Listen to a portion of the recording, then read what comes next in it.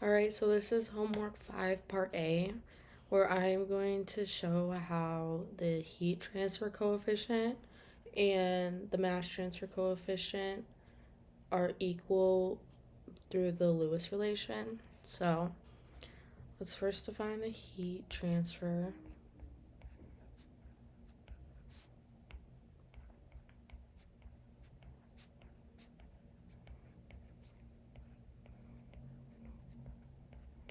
And that is H.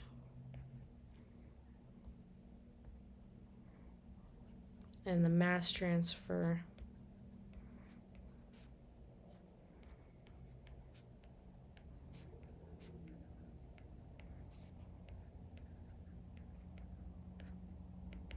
is Kc.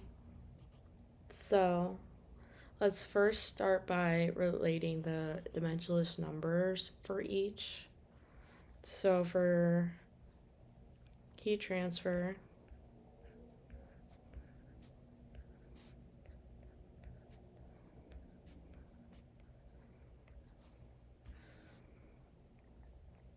we first have the Nusselt number.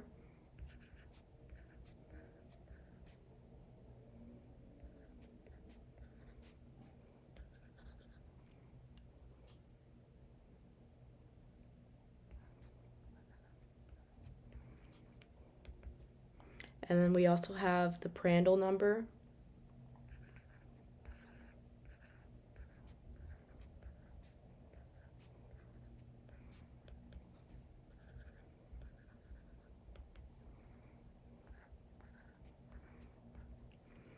And the Nusselt number is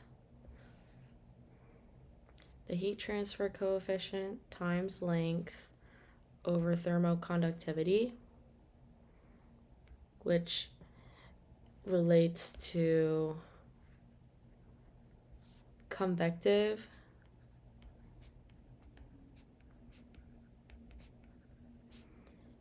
heat transfer over conductive heat transfer.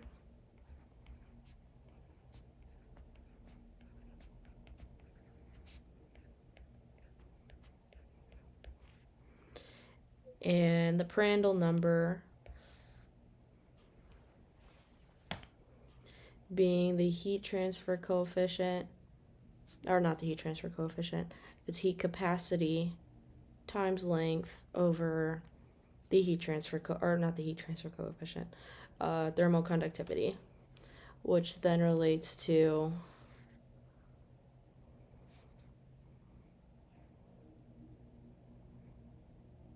momentum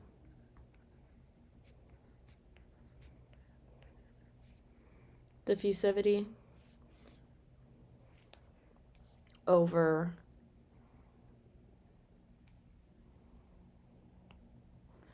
thermo.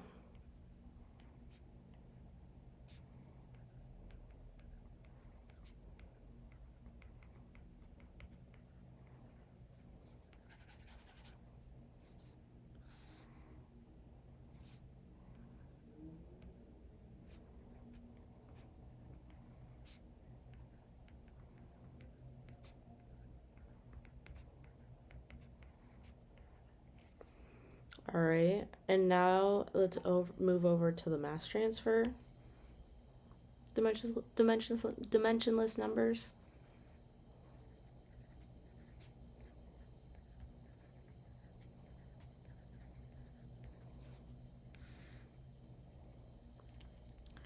Which are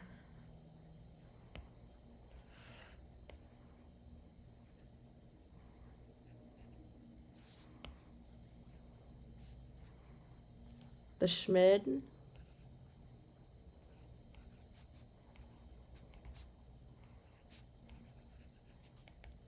I don't think I spelled that right,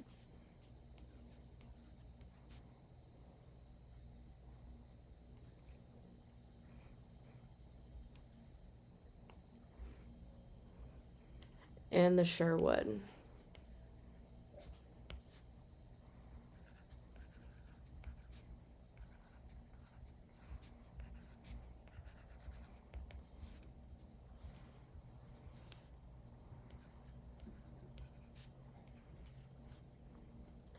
And this number is the mass transfer coefficient times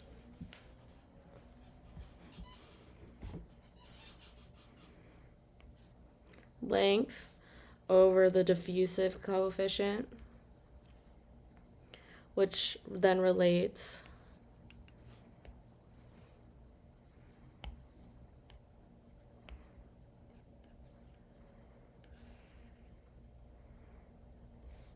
to convective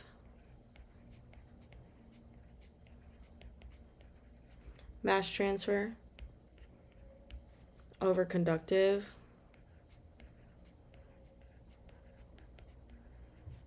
mass transfer.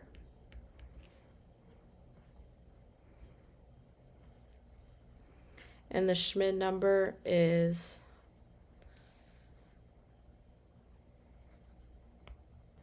viscosity over density times the diffusive coefficient.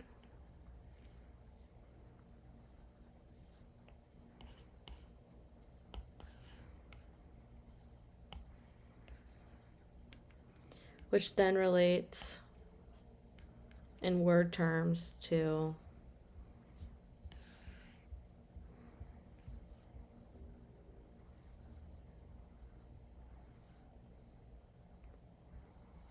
momentum diffusivity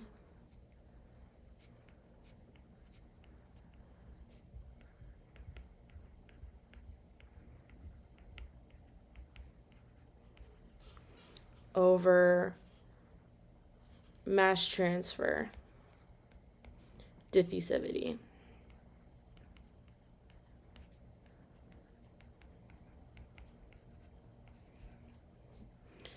So you can see how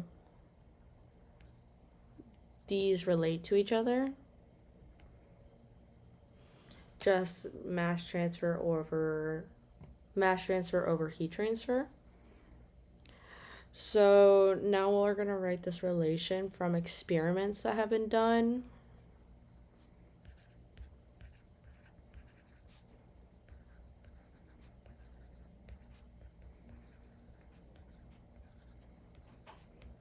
That the Nusselt number is equal to a constant times Reynolds number to the second times the Prandtl number to the third. And it's the same for mass transfer, which is the Sherwood number is equal to a constant times the Reynolds number to the second, or to the 1/2 times the Schmidt number to 1/3. So now what we're going to do is divide the Sherwood number by the Nusselt number.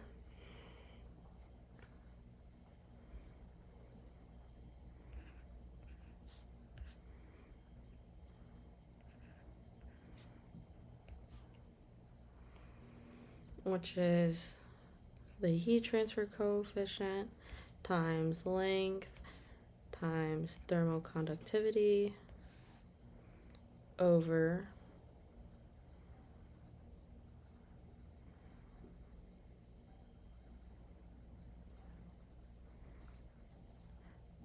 the mass transfer coefficient times length over times the diffusive coefficient.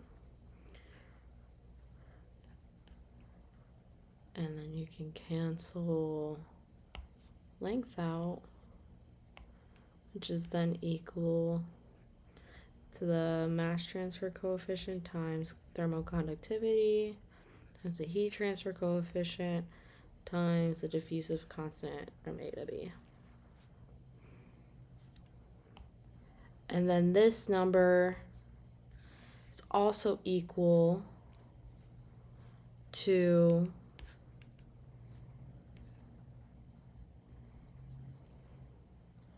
the Schmidt number over the Prandtl number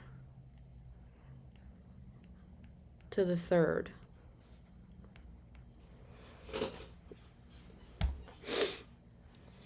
And then this is also known as the Lewis number.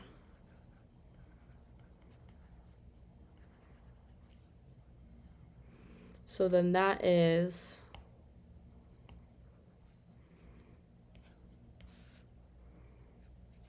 thermal conductivity times density times heat capacity times the diffusive constant from A to B to the third. And solving this for water vapor, it's equal to 1.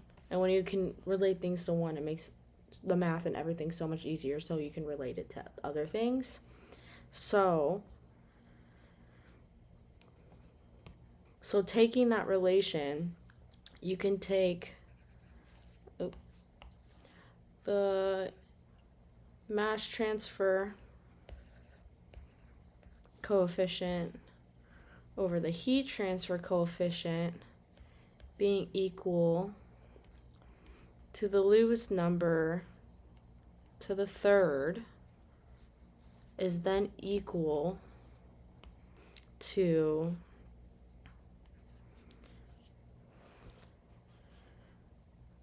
that is to density times heat capacity times the Lewis number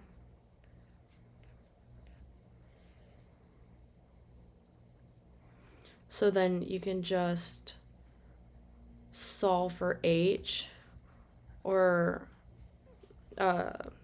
you can either solve for the mass transfer or the heat transfer coefficient, whether that be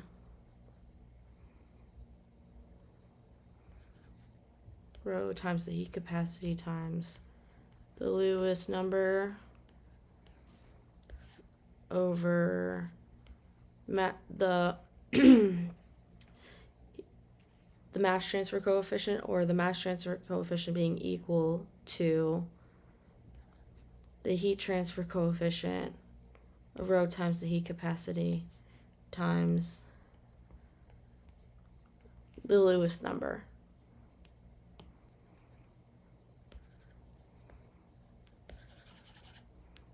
I wrote those wrong. Sorry.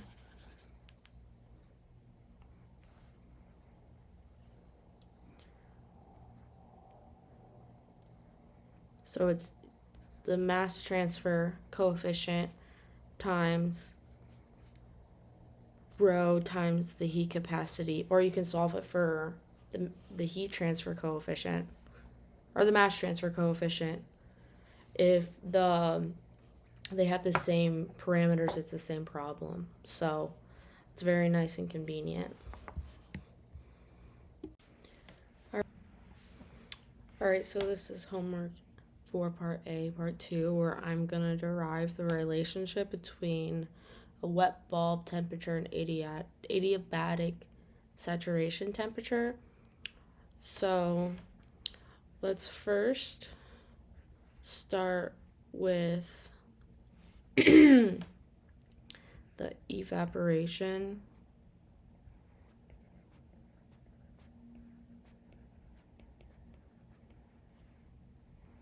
So we're going to start with flat surface with a bubble of water with constant temperature TW and constant concentration CW with air flowing over top of it with temperature, constant temperature, and then this concentration up here we're going to call C infinity. I'm going to draw infinity side. And there is heat transfer from the temperature of the air to the water, and mass transfer, molar flux of the water evaporating. So let's first start with the heat transfer equation, and this is Fourier's law. I don't think I spelled that right, but it's okay. Which is the heat transfer coefficient times the area of the bulb times the temperature change from air to water. And this is in units.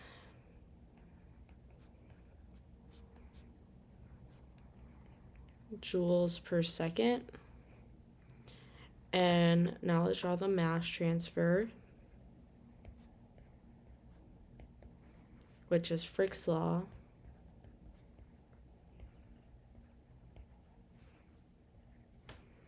Which is the mass transfer coefficient times the area times the concentration of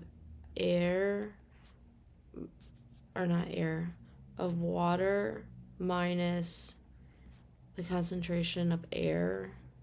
And this is originally in units of moles per second. So we have to add a factor to make it joules per second. And that factor is the enthalpy of vaporization, which then changes this equation to units of joules per second. So we're in the clear there. So now we are going to combine these two equations. So it's going to be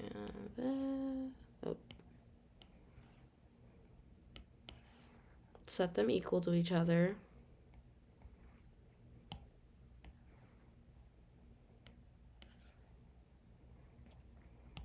And then before we go any further, we're going to change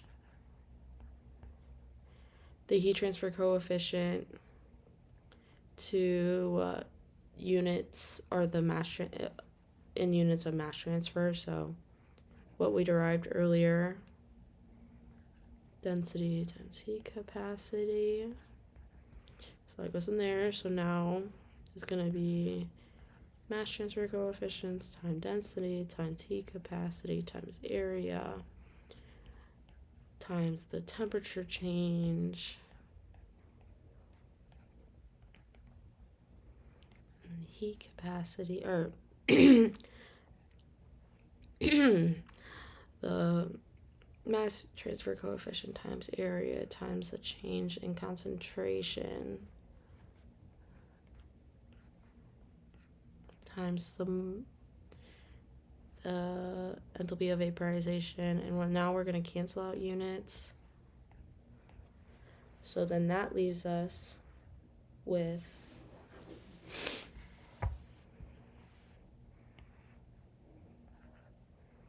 density, heat capacity, temperature change.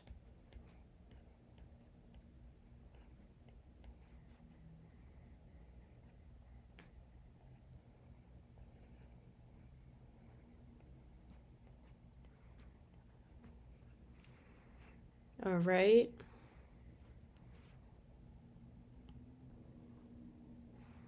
All right, now let's move to the adiabatic.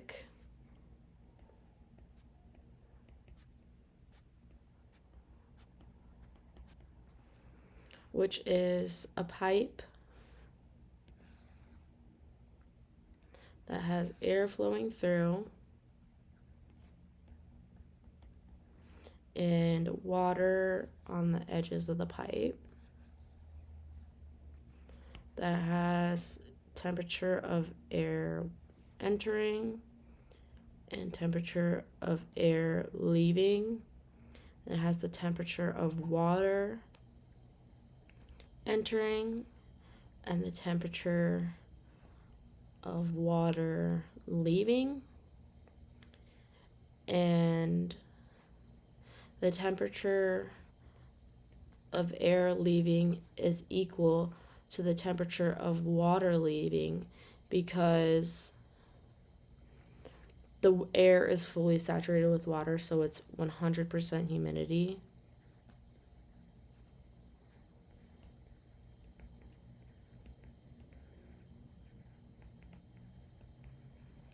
All right.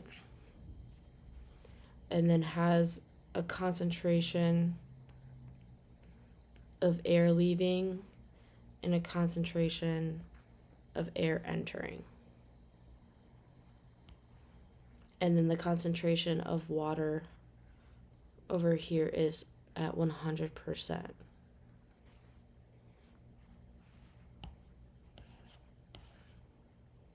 All right, so now let's write out the equations for this. And we're going to use the same mass transfer and heat transfer as up here. Oh, goodness. Going to use those the same way. So it's going to be heat transfer coefficient times the area times the temperature of A2, A1 minus temperature of air entering minus the temperature of water leaving. We can write it this way because, like we said, temperature of air leaving and water leaving is the same, equal to the heat transfer coefficient. Oh, and we can set these equal to each other because there's heat transfer coefficient. There's a heat transfer change because the temperature of air and water are equal at the end. And there's a mass transfer because the concentration of water turning into vapor is higher at the end. So it's going to be the heat transfer coefficient times the area times the concentration of area or air 2 minus concentration of air entering times the enthalpy of vaporization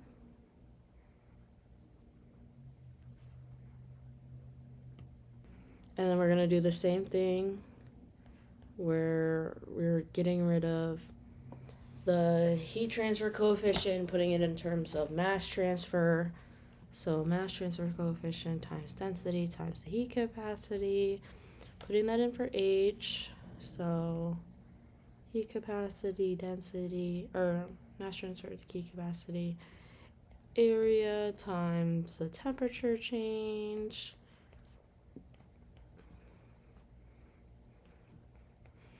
Is equal to K area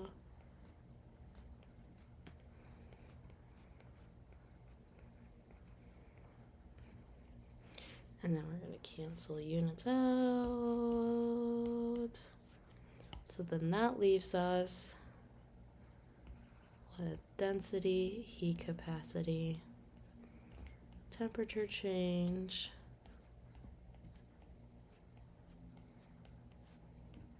enthalpy of vaporization times concentration change. Okay, so now I'm going to bring both of these equations down here. And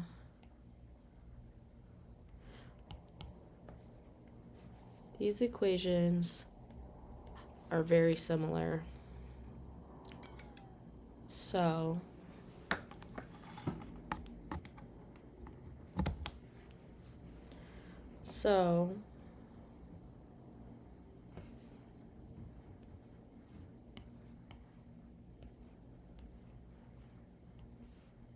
Now we are going to rearrange these equations. First, the concentration of area 2 minus the concentration of general area, and that is equal to grow heat capacity over temperature change from air to water over molar, or the, not molar enthalpy, enthalpy of vaporization. And so for dry, it's going to be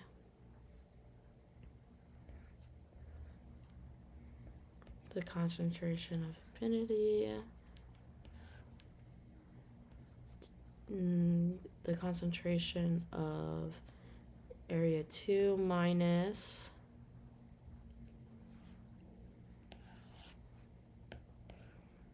this, and the concentration, or for wet, would be the concentration of area leaving is equal to the infinite concentration minus